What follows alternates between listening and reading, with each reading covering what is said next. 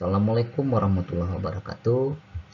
Ketemu lagi pada mata kuliah dasar-dasar komputer. Pada pertemuan 2 kali ini, kita akan membahas tentang sejarah perkembangan komputer dari masa ke masa. Di mana sebelum kita membahas perkembangan komputer, kita akan atau ingin mengetahui kenapa sebuah komputer itu namanya komputer.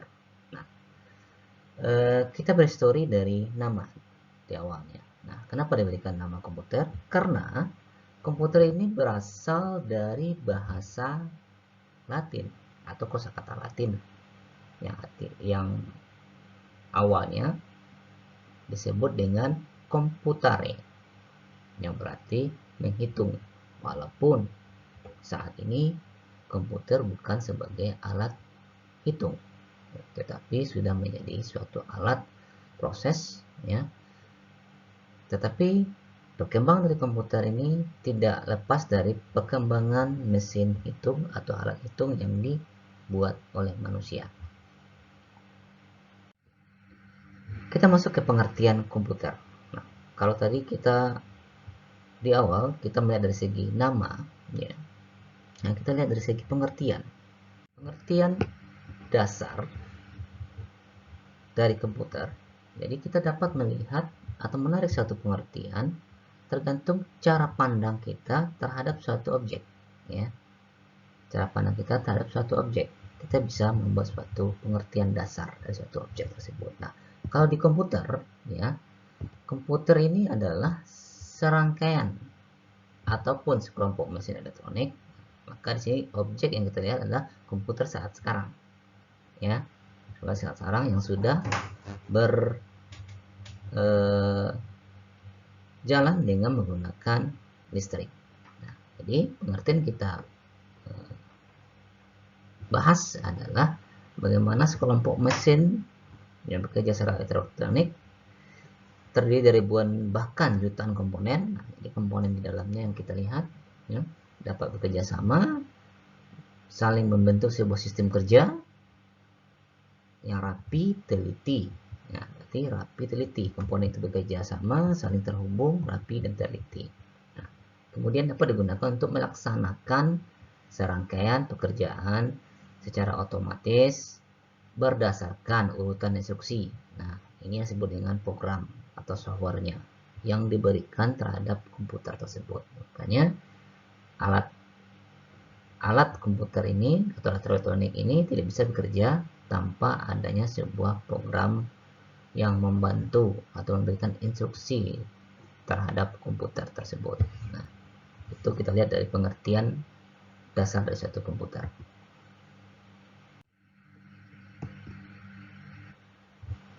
Definisi yang lain, ya, dapat diberikan makna bahwa komputer memiliki lebih dari satu bagian. Nah, kalau kita lihat pengertian tadi, ternyata komputer itu lebih dari satu bagian yang saling bekerja sama. Nah, di awal saya sampaikan bahwa dia saling terhubung, saling berinteraksi, bagian-bagian tertentu atau bagian-bagian bisa bekerja yang masih dialiri listrik atau tetap dialiri di dalamnya listrik, ya. Istilah mengenai kelompok mesin ini atau istilah mengenai jutaan komponen tersebut maka kita kenallah sebagai istilahnya hardware komputer atau dengan bahasa kita adalah perangkat keras komputer. Jadi hardware komputer juga dapat diartikan sebagai peralatan fisik. Fisik berarti yang tampak di hadapan kita, ya. Peralatannya secara fisik dapat dilihat, dipegang ataupun dipindahkan.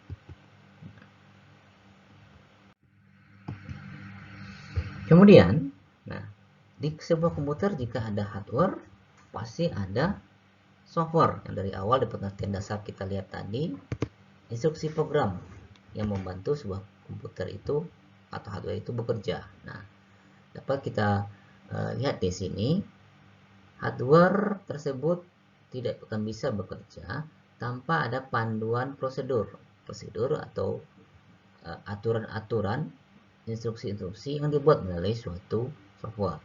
Bagaimana hardware itu dioperasikan, ya. Kemudian hal tersebut melakukan pemrosesan, misalkan data ya yang telah ditetapkan sebelumnya. Nah, program inilah kemudian disebut dengan software tadi, atau kita perangkat lunak.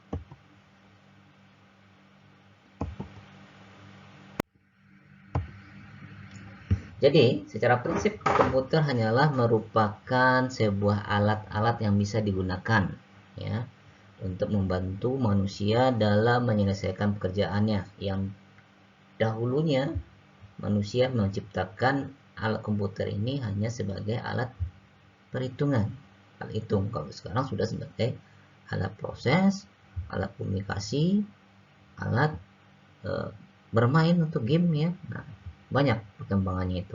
Nah, jadi untuk bisa bekerja, alat tersebut memerlukan adanya program dan terutama adalah manusianya.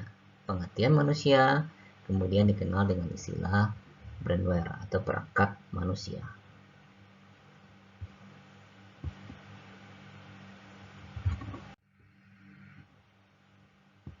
Selanjutnya, konsep hardware, software, brandware adalah merupakan konsep tritunggal yang tidak bisa dipisahkan oleh satu dengan lainnya.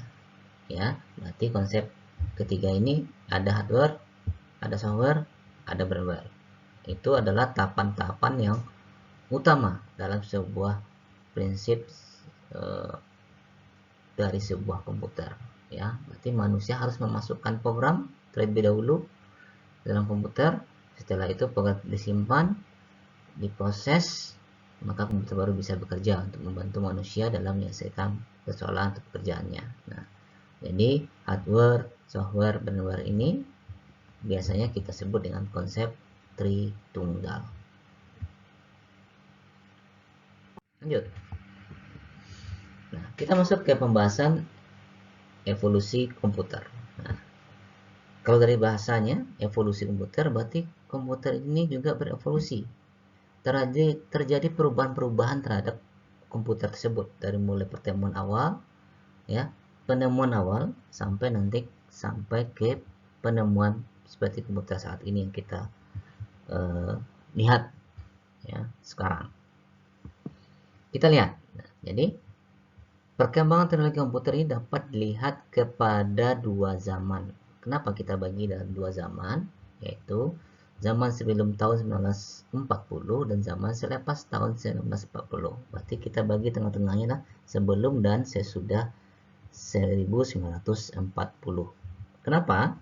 Karena pada zaman tersebut ya, sebelum itu kita anggap adalah masa perkembangan komputer dari zaman tahun 3000 sebelum Masehi ya, yang masih sifatnya masih mekanik ya, karena selepas 1940 itu adalah ditemukannya listrik sebagai dasar dari penciptaan di sebuah komputer. Nah, maka kita bagi dua, sebelum dan sesudah 1940. Nah, kita lihat di sini seperti yang saya sampaikan tadi, dahulu tahun 3000 tahun sebelum Masehi, manusia mulai menghitung dengan menggunakan jari, batu, kayu, dan yang lain-lain yang bisa membantu manusia berhitung. Ya, kemudian mulai manusia menciptakan sebuah alat yang memudahkan mereka berhitung. Yang pertama itu dikenal dengan istilah simpoa atau bahasa Latinnya adalah abacus. Ya, jadi mulai dari sinilah manusia melakukan penciptaan demi penciptaan, akhirnya menghasilkan suatu sistem menghitung. Jadi awal manusia itu bagaimana menghitung itu cepat, menghitung itu bisa lengkap, menghitung itu bisa cepat diproses atau diselesaikan. Nah, jadi sistem menghitung lebih kompleks dan canggih, akhirnya dikenal sebagai komputer seperti saat sekarang ini. Nah, ini contoh gambar dari simpoa atau abacus. Oke, berikutnya. Sebelum 3000 sebelum Masehi ya. Kita lanjut pada perkembangan komputer berikutnya. Kita lihat pada tahun 1642. Nah, ada seorang ilmuwan bernama Blaise Pascal menciptakan mesin hitung mekanik yang mampu melakukan operasi penambahan dan pengurangan terdiri dari 6 digit. Jadi hasil penambahan hanya mendapatkan hasil 6 digit angka. Ya, diberi nama kalkulator roda numerik atau numeric well calculator. Kemudian kita lanjut. Nah, ini bentuk gambar alatnya ya, hanya melakukan penambahan dan pengurangan. Nah, kita lanjut perkembangan berikutnya. Dari pertemuan Blaise Pascal tahun 1694, Gottfried Wilhelm von Leibniz mengembangkan penemuan Pascal sehingga mesin tersebut dapat melakukan operasi penambahan, pengurangan, perkalian, pembagian, dan perhitung akar, dikenal dengan nama Deskalkulator. Nah, dari dua ciptaan dari Blaise Pascal itu yang menambah dan mengurang, Gottfried melakukan penambahan terhadap temuan tersebut dengan melakukan atau menambahkan pengurangan, perkalian, pembagian, dan perhitung akar. Nah, kemudian pada tahun 1745, Joseph Marie Jacquard merancang mesin pengontrol tenun. Nah, ini arahnya ke satu alat otomatisasi ya. Bagaimana sebuah alat itu bisa bekerja otomatis dengan kartu-kartu yang dilubangi. Ya, menggunakan sebuah pola punch card atau kartu berlubang. Nah, kemudian pada tahun 1812 Charles Babbage, ahli matematik, menemukan mesin hitung serbaguna yang dapat mengoperasikan hitungan dengan fungsi pangkat logaritma, dikenal dengan nama difference engine, disempurnakan lagi dengan diberi nama analytical engine. Kemudian pada tahun 1887 Hermann Hollerith, ahli statistik ya, di Amerika Serikat, membuat sebuah alat pembaca kartu berlubang ya, dari terinspirasi dari temuannya Joseph tadi, diberi nama sensus mesin ya. Nah, kemudian pada tahun 1837 Howard Aiken, guru besar pada Universitas Harvard, mengembangkan mesin hitung otomatis dinamakan Harvard Mark I. Dan selanjutnya, mulai pada tahun 1940, komputer sepenuhnya elektronik, karena sudah ditemukannya listrik ya. Nah, berhasil dibuat oleh Morse School of Electrical Engine oleh John W. Macaulay bersama dengan J. Presper Ecker Jr. Diberi namanya ENIAC, Electronic Numeric Integrator and Calculator ya. ENIAC merupakan zaman permulaan generasi komputer. ENIAC beratnya 30 ton dengan 18.000 tabung hampa dan menempati ruang seluas kira-kira 180 meter persegi. ENIAC dapat melakukan operasi 300 operasi perkalian per detik. Kemudian, nah ini bentuk gambarnya ya. Nah, ini bentuk komponennya menggunakan tabung vakum atau transistor ya. Selanjutnya, ini dapat kita lihat temuan-temuan alat komputer zaman sebelum 1940 ya, dan setelah 1940. Oke, nah mungkin untuk pembahasan kali ini sampai di sini dulu. Kita akan lanjutkan pada pertemuan berikutnya, masuk ke pembahasan berikutnya. Terima kasih atas perhatiannya. Assalamualaikum warahmatullahi wabarakatuh.